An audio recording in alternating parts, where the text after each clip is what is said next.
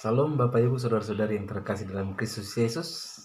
Kita akan mendengarkan sapaan Tuhan di hari ini, hari Senin, tertanggal 22 Juni 2020. Namun sebelumnya mari kita bersatu dalam doa.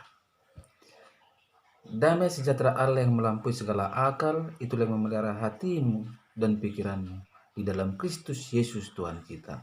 Amin. Baiklah Bapak Ibu, salam buat kita semua.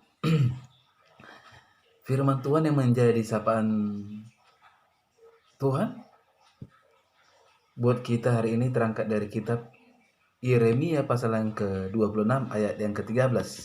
Demikian firman Tuhan. Oleh sebab itu, perbaikilah tingkah lakumu dan perbuatanmu, dan dengarkanlah suara Tuhan Allahmu, sehingga Tuhan menyesal akan malapetaka yang diancamkannya atas kamu. Sampai sejauh itu firman Tuhan. Saudara-saudaraku yang terkasih dalam Kristus Yesus, di dalam kehidupan ini ada dua warna watak manusia. Yaitu yang pertama, ketika dia ditegur oleh dikarenakan kesalahannya, dia tidak marah. Dia bisa terima keadaan. Mengapa? Karena melalui teguran itu, dia mengetahui bahwa perbuatannya sudah salah. Perbuatannya sudah keluar dari jalur yang Tuhan inginkan. Dan olehnya dia boleh berbalik, meninggalkan kesalahan, berjalan menuju kebaikan, dan melakukan hal-hal kebenaran. Dan yang kedua, saudara-saudara, ketika seseorang itu ditegur, dia tidak terima, bahkan dia marah. Padahal dia ditegur oleh dikarenakan kesalahannya. Mengapa? Inilah orang yang egonya lebih besar dari hatinya. Akhirnya akan selalu merasa benar dan orang lain yang salah. Begitu juga harga dirinya yang akan paling diutamakan ketimbang kebenaran. Saudara-saudaraku yang terkasih dalam Kristus Yesus, Allah kita adalah Allah yang tidak mau kompromi dengan dosa sampai kapanpun. Hal inilah yang membuat orang Silo terpuruk.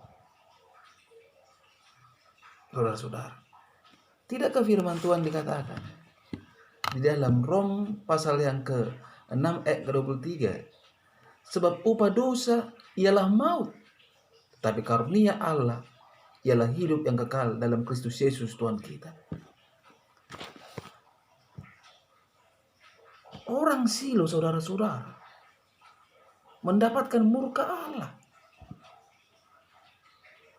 oleh ketidakbenaran sikap dan perbuatan mereka di hadapan Tuhan. Silo adalah kota yang telah dikutuk oleh Tuhan Allah bagi segala bangsa di bumi ini, karena Silo tidak taat kepada Tuhan. Di mana pada masa Imam Eli, yang merupakan salah satu hakim terakhir Israel, Silo mendapat nama buruk. Di sanalah rumah Tuhan dinodai oleh anaknya. Kedua putra Imam Eli bersikap jahat di hadapan Tuhan. Juga penyalahgunaan tabut Tuhan yang diperlakukan sebagai berhala untuk berperang melawan Palestina. Tuhan murka, saudara-saudara, dan membiarkan tabut itu dirampas musuh. Pasukan Israel dikalahkan dan kedua putra Eli meninggal. Itu bisa kita baca dalam 1 Samuel 4 ayat 1 sampai 11. Silo melambangkan kegagalan Israel untuk setia kepada Tuhan dan tempat ibadah yang dinajiskan. Saudara-saudaraku yang terkasih dalam Kristus Yesus, Tuhan melalui Yeremia mengingatkan bangsa Israel agar tidak mengalami hal seburuk yang dialami oleh Silo. Karena memang Tuhan Allah kita adalah Allah yang maha pengasih dan pemurah. Jika kita sudah seringkali saudara-saudara diperingatkan, akankah kita tetap untuk bersikeras tidak mau mendengarkan suara Tuhan melalui hamba-hambanya? Akankah kehidupan kita menjadi seperti kota Silo? Semua itu bisa akan kita alami. Jalan demi jalan serasa tidak kita ketemui. Kebuntuan dari semua masalah, tidak ada damai sejahtera. Di dalam ayat 13 ini dikatakan, saudara-saudara, dan ayat 13 inilah firman Tuhan saat inilah jalan keluar bagi setiap orang yang mau mendengar dan mau memperbaiki segala tingkah lakunya, baik itu tingkah langkahnya. Jangan sampai kita mendapatkan murka Allah. Tetapi jika kita berubah dari segala tingkah laku kita dan berbalik kepada Tuhan Allah, di dalam Tuhan Yesus yang adalah pengantara hidup kita, yang adalah junjungan kita, yang adalah keselamatan kita, maka murka Allah akan undur daripada kita. Saudara-saudara, itulah yang dikatakan oleh ayat ke-13 ini menjadi renungan kita. Oleh sebab itu, marilah kita senantiasa waspada akan segala situasi yang terjadi, akan situasi tingkah laku hidup kita, supaya di setiap langkah hidup kita tidak lagi menurut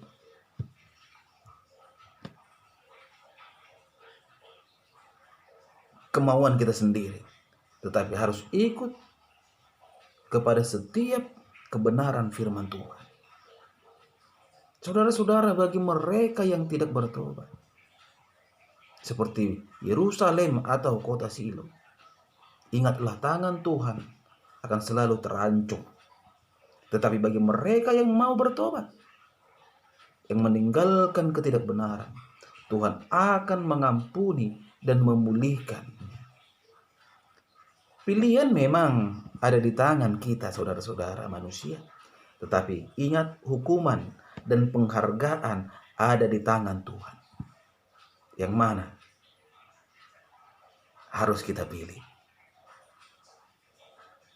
Itu diberikan kepada kita. Mana yang kita pilih? Amin. Demikianlah firman Tuhan. Kita bersatu dalam doa. Terima kasih Tuhan Yesus untuk kebenaran dari firman-Mu. Untuk hari ini, Engkau telah menyapa kami Tuhan, untuk mau mengubah sikap kami yang tidak benar, untuk mau menerima setiap teguran-teguran, bukan malah menentang kebenaran. Tuhan Yesus yang baik, mari Engkau berkati kami melalui kebenaran firman-Mu ini. Jadikan kami menjadi pribadi-pribadi yang siap untuk menerima berkat-berkat Tuhan yang luar biasa. Dalam nama Kristus Yesus, kami berdoa dan mengucap syukur. Amin. Salam buat kita semua.